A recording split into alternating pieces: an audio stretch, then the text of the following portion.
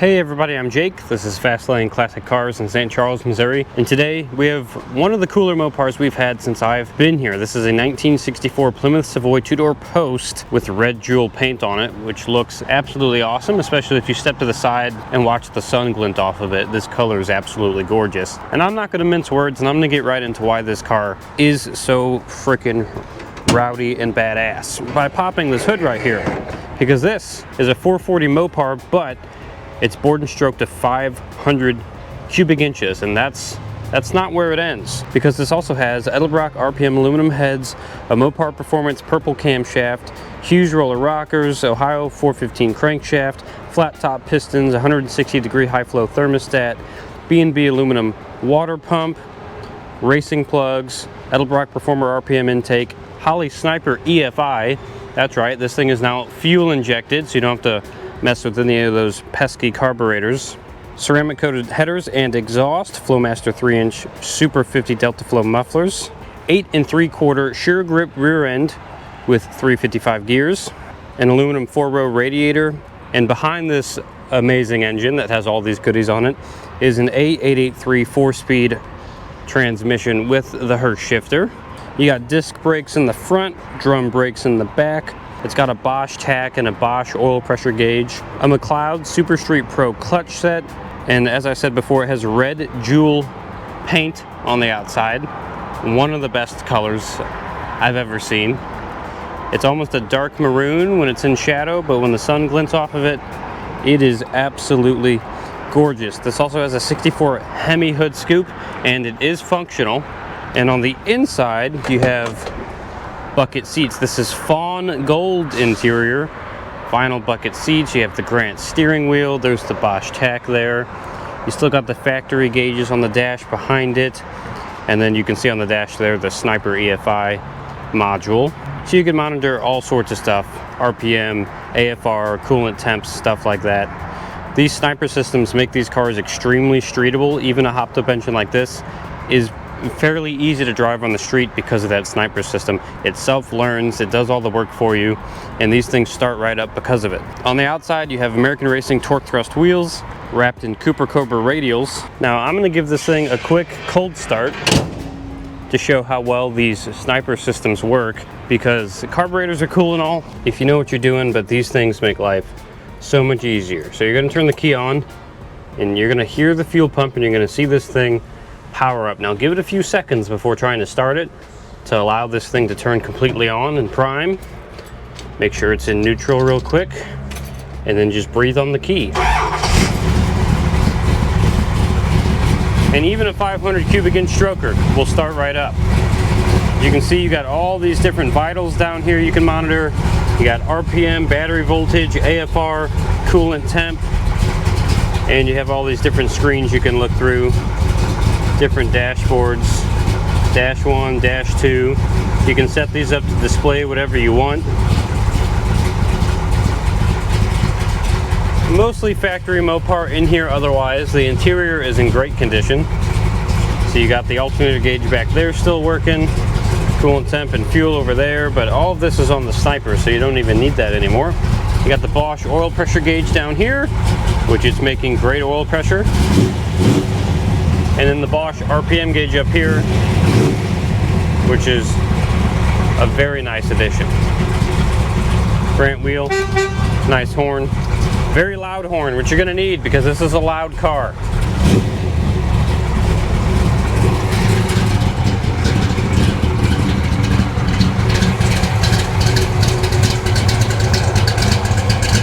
And just listen to it.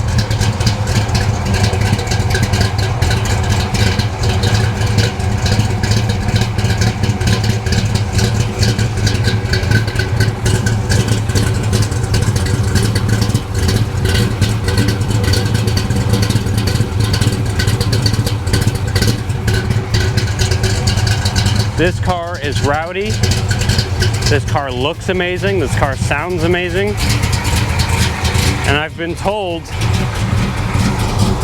that it drives like a bat out of hell. So I'm gonna go get Chris, not the normal Chris, General Manager Chris, and we're gonna take this thing for a little spin. All right, now we have gas and we're ready to go. Key cycle once. The sniper's going to turn on. And it's going to start right up. Yeah, great oil pressure down there. Even just at idle. I like the Bosch tack too. Yeah. That's a nice addition. This obviously doesn't have a factory tack in it, so. True. You're going to want that when you're making all this power. And I guess you could have gotten a tack or a clock right here. yeah, it's just kind of a blank spot, it looks like. Gauge, yeah.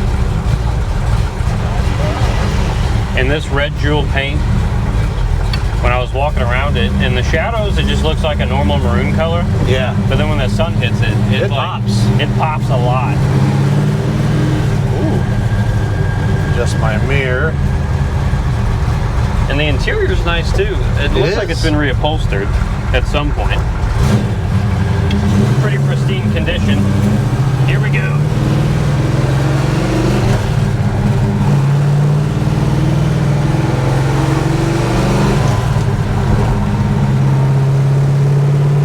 And that hood scoop is functional. Yeah. Big old HEMI hood scoop is what it was called in the sheet I looked at. Oh, really? Yeah, it was called a HEMI hood scoop. I guess maybe HEMI cars got these? I would imagine that is safe to say. I don't care, it looks cool. I'm not as well versed with the Mopar accessories like that, or what was standard. But I do love the mid-60s Mopars. Yeah, they're good Actually, looking all cars. the 60s.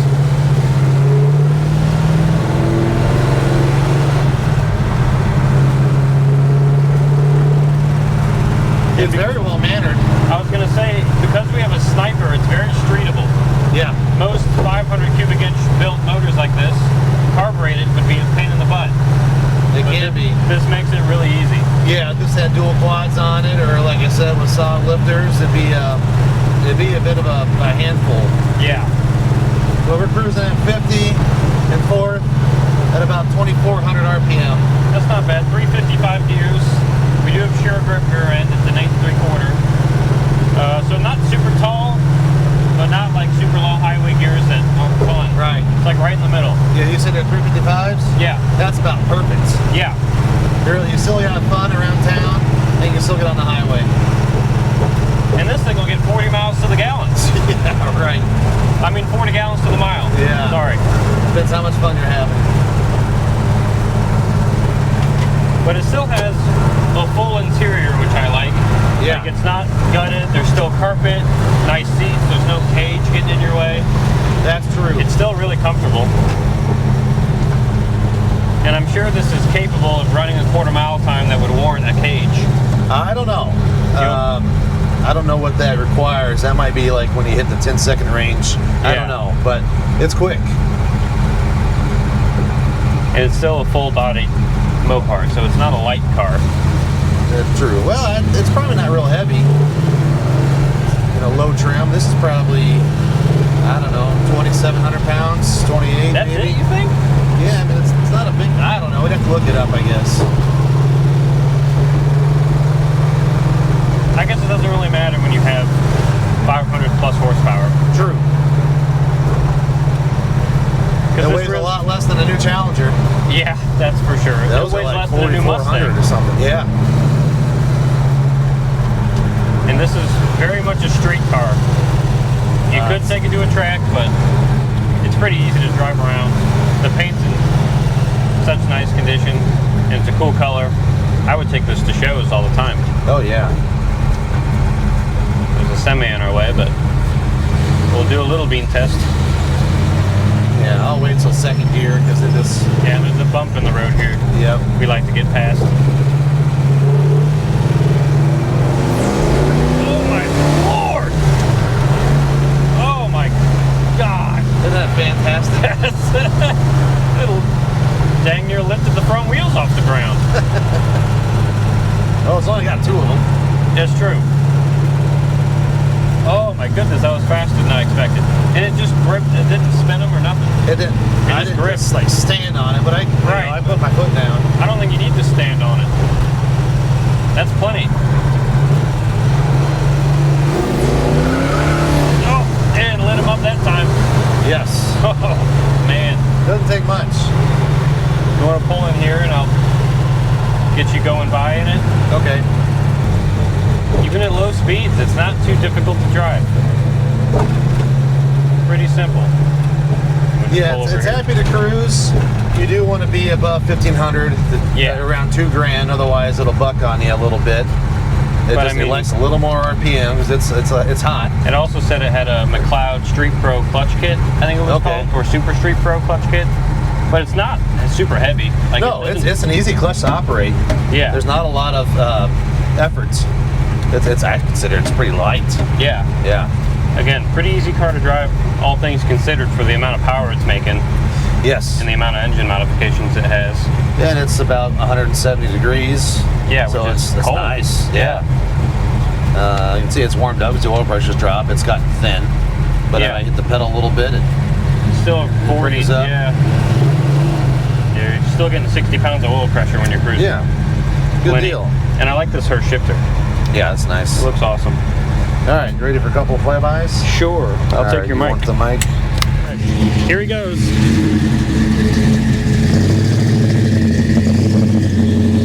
Christopher is doing the flybys.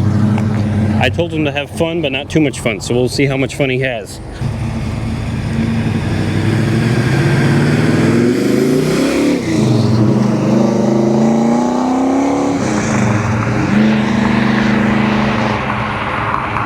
Oh, not a quiet vehicle.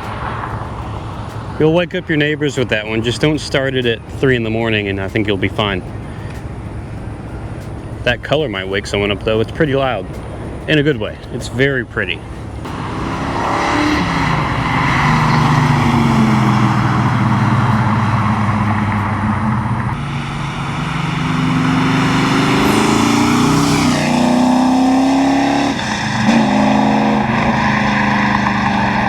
That's better. Very nice, very nice. Here he comes. Blinkers work. Horn works. Again, you need a loud horn because the car is pretty loud. It will drown itself out. Man, that color is gorgeous. The way the sun glints off of it. Very nice. Hold that to your face. How was that? That's great. It's an easy car to drive. I mean, it could get hairy if you wanted it to. I mean, I'm not trying to power shift this thing, so just stretching its legs a little bit. You know, I mean, I didn't go probably past 4,500, maybe just under 5 grand, and it's got, you know, plenty after that. Sounded really good. Yeah, it doesn't sound like it's stressing. It's just a happy, really well-built big block. Yeah. With a 4-speed. You ready to take it back? Yeah, let's do it. All right.